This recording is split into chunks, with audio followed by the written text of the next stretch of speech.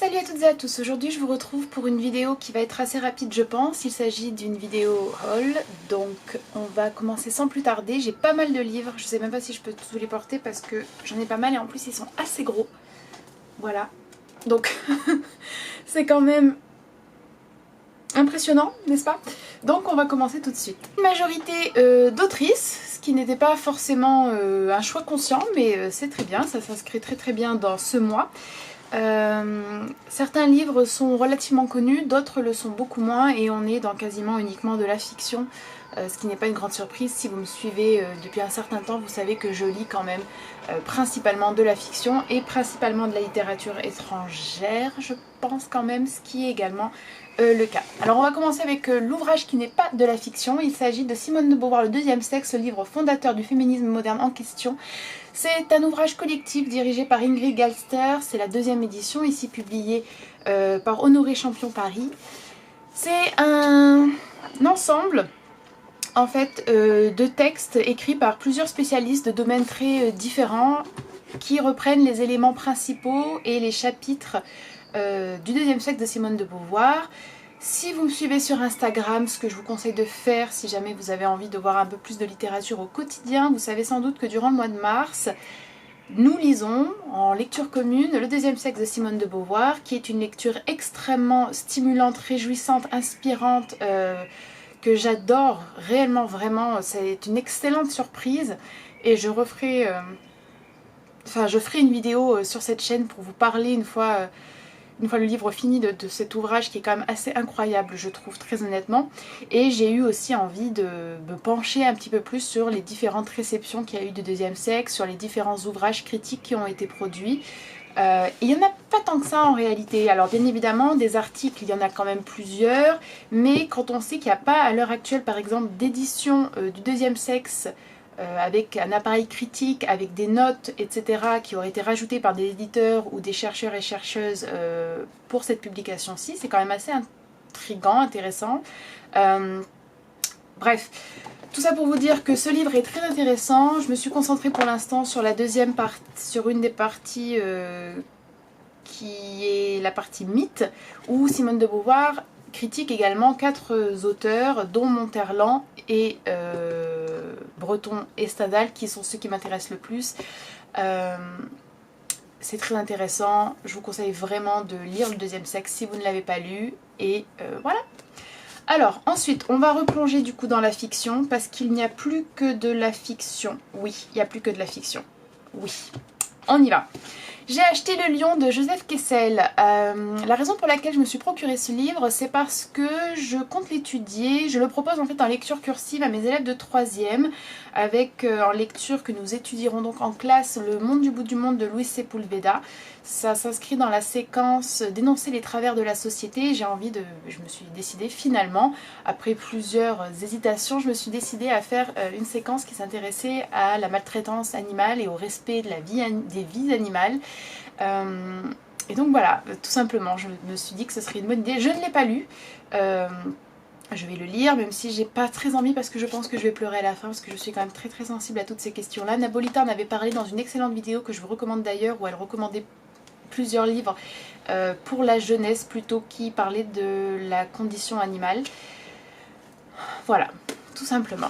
Alors ensuite, on passe sur... je vais vous faire tous les livres en français et puis après on passera aux livres en anglais parce que j'ai plusieurs livres en anglais, donc autant les laisser ensemble. Voilà, on va commencer comme ça. Ici, L'amour est mon métier de Robert Merle. Alors encore une fois, c'est plutôt un ouvrage que j'ai acheté pour les cours et pour mon travail. Celui-ci, c'est une des lectures cursives que je propose à mes secondes dans le cadre d'une séquence sur la figure du criminel. Voilà. En lecture que nous étudierons en classe, je leur ai proposé Léviathan de Julien Green, ce qui permettra plein également de réflexions sur l'anti-héros, sur... bref, sur beaucoup de choses. Je pense que ça va être extrêmement intéressant et ça c'est une des lectures possibles que je leur propose en lecture cursive, donc bien évidemment je me le suis procuré, je vais aussi le lire. Et ce livre m'intrigue pas mal. J'ai reçu beaucoup de critiques positives lorsque j'en ai parlé sur Instagram, de personnes qui l'avaient lu, notamment quand elles étaient collégiennes ou lycéennes et qui ont beaucoup aimé. Voilà. Alors ensuite, j'ai ici Sophie Tolstoï à qui la faute? Réponse à Léon Tolstoï, la sonate à Kreutzer, nouvelle édition aux éditions Albin Michel. Alors, en fait ce livre, c'est premièrement... en fait, il y a deux nouvelles là-dedans. Il y a la sonate à Kreutzer qui est l'œuvre originale, on va dire, le point de départ plutôt, l'œuvre originelle, le point de départ de tout ça, de Tolstoï, donc qui est très connu. Et il y a À qui la faute, qui est la réponse en fait qu'a écrite la femme de Tolstoï à cette nouvelle ou à ce court roman, si vous voulez, de Tolstoï. J'ai très envie de découvrir un petit peu plus cette femme. J'ai aussi très envie de découvrir davantage Tolstoï par le biais des personnes qui l'ont entouré, que ce soit sa femme ou par exemple un de ses fils. Je ne pense pas que ce soit forcément nécessaire quand on s'intéresse vraiment à un auteur. Je ne pense pas non plus que ce soit forcément l'éclairage le plus intéressant. Bref, ce serait une discussion très intéressante et qui pourrait durer des heures. Mais tout ça pour vous dire que comme j'aime beaucoup Tolstoï, que c'est vraiment l'un de mes auteurs préférés, et je pense à un des auteurs qui a aussi une des spiritualités et une des philosophies entre guillemets qui me parle le plus, et que j'ai cette année très envie de me pencher davantage dans son œuvre. Là j'ai lu en début d'année... Enfance, adolescence et jeunesse. Je vais également, je l'espère, essayer de lire La guerre et la paix finalement cette année. Et j'avais très envie du coup de lire ça également. Il y a un autre livre de Sophie Tolstoï que j'ai très envie de lire, où elle raconte sa vie et donc également la vie de Tolstoï. Mais ce sera pour plus tard. Alors ensuite ici, Récit de l'exil de Nina Berberova. Alors Nina Berberova, c'est une autrice qui m'intrigue beaucoup. Je l'avais programmée pour le club de lecture en février avec le livre du bonheur, qui a été une lecture un petit peu en demi-teinte pour moi. J'ai pas été entièrement convaincue, je suis restée un petit peu sur ma faim. Et j'ai commencé à lire C'est moi qui souligne, qui est donc son autobiographie, qui me parle beaucoup plus pour le moment, même si j'avance très lentement dedans parce que j'ai énormément de travail et énormément de lecture en ce moment. Et j'avais envie de me pencher sur ce livre-là parce que c'est en fait un recueil de plusieurs textes qui peuvent se lire de façon indépendante et isolée, ce qui est quand même assez agréable quand on n'a pas beaucoup de temps, et ce qui permet aussi d'avoir une idée un peu plus claire du style de Nina Berberova, ce que j'ai très envie d'avoir étant donné que je ne voudrais pas en parler de façon péjorative en ayant lu uniquement un seul texte d'elle. Et puis l'exil, c'est vraiment... comment dire, l'exil c'est quelque chose qui m'intéresse beaucoup, que ce soit la représentation de l'exil dans la littérature, que ce soit les œuvres écrites en exil, que ce soit les œuvres qui reprennent le thème de l'exil par le biais de métaphores. Bref, l'exil c'est quelque chose qui me parle beaucoup, qui m'intéresse énormément, et donc je sautais sur l'occasion tout simplement, voilà. Alors ensuite, un court recueil de poésie qui est le recueil de poésie au programme du club de lecture du mois de mars, étant donné que je voulais choisir quelque chose de très court vu que le deuxième sexe c'est quand même très conséquent. On a ici Poème de Louise de Villemorin. Louise de Villemorin, avec la préface d'André Malraux, en plus j'aime beaucoup André Malraux. Bref, Louise de Villemorin c'est une autrice qui est, comme beaucoup d'autrices, tombée dans l'oubli total, alors qu'elle a écrit des poèmes, elle a écrit de courts romans, elle a écrit des nouvelles, bref... Elle a eu une production assez intéressante et assez éclectique, et malheureusement, comme je viens de vous le dire, elle est tombée dans l'oubli, comme énormément de poétesses, d'autrices, de peintresses, bref, comme beaucoup de femmes artistes. Et j'ai envie de la redécouvrir, j'ai envie de me pencher sur sa poésie. J'avais lu j'avais lu en décembre il me semble, ou en novembre, je ne sais plus, la poésie de Catherine de Pozzi, qui avait été aussi une très grande découverte, un petit peu abrupte, un petit peu difficile au premier abord, mais qui en fait avait été très enrichissante, et donc j'attends un petit peu ce même style, on va dire ce même genre de révélation à la lecture de ces poèmes. Voilà. Donc je suis très contente, tout simplement. Ensuite, on a ici quelque chose qui est un petit peu différent de ce que j'ai l'habitude de lire. On a une pièce de théâtre. Alors, Salomé d'Oscar Wilde. Salomé d'Oscar Wilde, c'est un livre, enfin c'est une histoire qui m'intrigue depuis très longtemps. C'est un texte que j'ai envie de lire depuis ma... Ouh là là, ça fait des années parce que je me souviens que ça avait été mentionné par un prof à la fac lors d'un module d'anglais. Donc c'est il y a un certain temps. Et en fait c'est un texte qui a été publié en premier en français par Oscar Wilde, donc il avait écrit en français, et on nous dit que c'est la mise en scène de l'histoire biblique de Salomé, et donc ça ne peut que m'intéresser. J'ai très envie de le lire. Apparemment le style est très particulier, étant donné qu'après il a été retraduit, enfin bon bref. Voilà, j'ai trop envie de le lire, je pense que ça va être très intéressant. Et puis Oscar Wilde, c'est un auteur que je dis aimer beaucoup et que j'aime effectivement beaucoup, mais qu'en fait j'ai très peu lu. Et donc il faut y remédier, parce que Oscar Wilde, il est vraiment tellement revigorant, vivifiant et pétillant, j'ai envie de dire.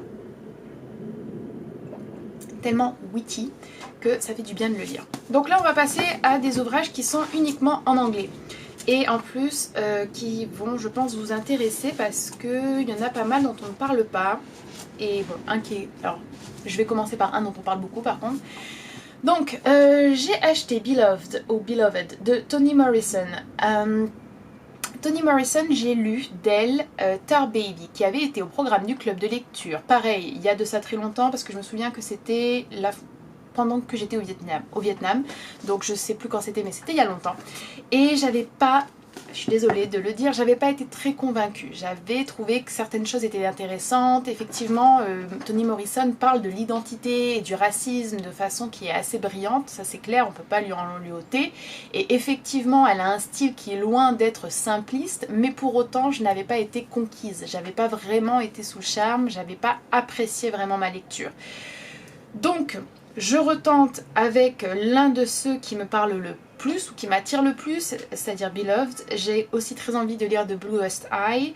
On verra bien. J'espère que cette fois-ci ce sera la rencontre tant attendue avec Toni Morrison parce que ça m'embêterait beaucoup de me rendre compte que c'est pas une autrice que j'aime énormément. Je sais pas pourquoi, j'ai envie d'aimer Toni Morrison. Donc on va croiser les doigts. Alors ensuite, ce petit non, il est de taille honorable. Childhood, Youth and Dependency de Tove Ditlevsen. Voilà, ça va être un petit peu compliqué à dire.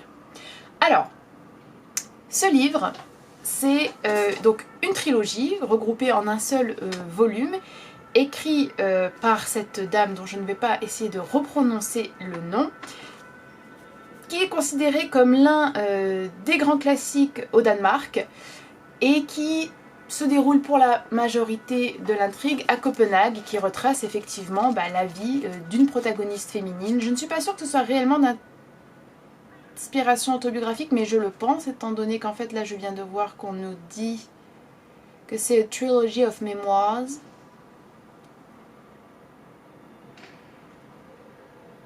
Bref, nous verrons. Je ne sais pas vraiment grand chose par contre à propos de ce livre, je dois vous l'avouer. C'est juste que j'en ai entendu beaucoup de bien, que je suis très intéressée en fait par l'écriture de soi ou par la mise en fiction ou la représentation de l'écriture de soi. J'ai envie de voir ce que ça donne. Et puis je n'ai jamais lu, il me semble, d'auteur ou d'autrice danoise. Donc il faut y remédier concrètement, on ne peut pas laisser ça en l'état. Alors ensuite, deux livres qui sont tellement jolis.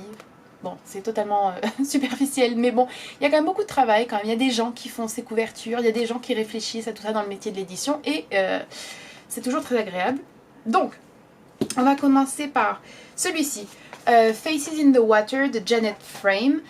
Alors, je vais pas pouvoir vous en parler énormément étant donné que je vous avoue que là, c'est un petit peu l'inconnu. Janet Frame, je sais que c'est une autrice, qu'elle est néo-zélandaise et que ceci est un livre qui apparemment est un petit peu difficile entre guillemets à lire parce qu'il s'intéresse en tout cas parce qu'il a été produit au début de sa vie et qu'elle a eu une vie apparemment très compliquée, très tortueuse avec beaucoup de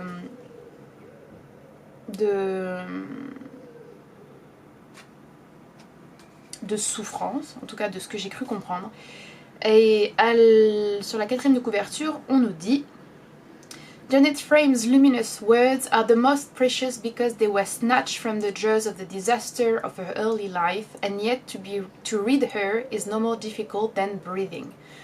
Donc voilà, j'ai très envie de voir ce que ça donne. Je suis très intriguée. Je dois vous avouer que je trouve déjà que le titre est sublime. Faces in the Water, c'est très simple, mais je trouve que c'est très beau, très énigmatique. Ça, tout de suite, il y a des tas d'images qui se présentent. Voilà. Et ça, normalement, il me semble que ça parle de patients et plutôt des troubles mentaux. Ensuite, j'ai The Weather in the Street de Rosamond Lehman, ici. Alors, ça, je pense que ça va me plaire. Sauf si c'est vraiment traité d'une façon à laquelle je ne m'attends pas du tout. Mais ça raconte en fait l'histoire d'une relation entre une jeune femme et un homme marié. Voilà. Un énorme topos, un grand classique, on va dire, de la littérature, mais de l'art en général. Mais qui, en fait, je trouve, n'est pas si... On le retrouve pas si souvent que ça. Disons qu'il y a des histoires vraiment emblématiques et qu'effectivement l'infidélité c'est très très présent, mais je trouve que c'est quand même plus souvent dans l'autre sens. En tout cas, moi personnellement, j'ai quand même eu l'occasion davantage, je crois, de lire des femmes mariées, malheureuses, qui finalement se tournaient vers d'autres hommes, et beaucoup moins l'inverse. Donc je suis très curieuse de voir comment ça peut être écrit par une femme dans ce sens-là. Voilà, je suis curieuse, j'ai envie de le lire. Et enfin, le dernier, last but not least, vraiment pas des moindres, le dernier, non, alors par la taille mais également par l'importance que ça a pour moi. Ce sont les journaux de Sylvia Plath, non, comment on traduit ça en français? En version intégrale. C'est-à-dire qu'ils n'ont pas été révisés et coupés par son mari, entre autres Ted Hughes.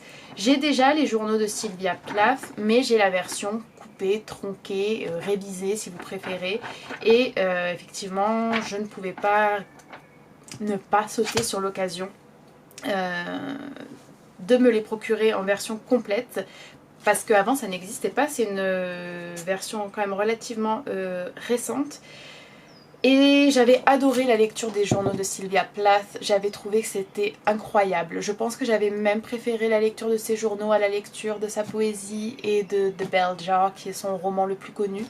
J'avais absolument adoré ces journaux et pourtant je suis pas une grande fan de journaux, c'est pas vraiment ce que je préfère lire. Mais là j'avais été absolument bouleversée, j'avais été... Bref, de toute façon j'ai eu beaucoup de mal à parler de Plath parce que c'est une autrice qui compte énormément pour moi, de qui je me sens extrêmement proche, qui a été une grande révélation littéraire également, et qui continue de m'accompagner comme ça de manière très diffuse dans ma vie. Mais voilà, j'ai ces journaux en version complète, je vais essayer de les lire en entier. Je sais pas trop comment ça va se faire cette lecture parce qu'on a quand même énormément de pages, là on a environ, on a 700 pages quoi concrètement de journaux, donc et puis c'est écrit petit. Donc on verra, puis il y a quelques lettres aussi à la fin, enfin voilà, il y a des photos, c'est vraiment très, je sais pas, c'est très intéressant et c'est très émouvant. Donc je suis très contente de me l'être procuré, voilà. Ça va être tout, hein. C'était quand même déjà pas mal. J'espère que cette vidéo vous aura intéressé, qu'elle vous aura inspiré, qu'elle vous aura peut-être permis de découvrir des autrices, parce qu'il y a quand même plus d'autrices que d'auteurs, des autrices dont on parle peu, et peut-être que certains de ces livres vous auront assez intéressé pour que vous décidiez de faire vos propres recherches et peut-être même de les acheter, qui sait. En tout cas, j'espère que vous allez très bien, je vous remercie d'avoir regardé cette vidéo et je vous dis à la prochaine.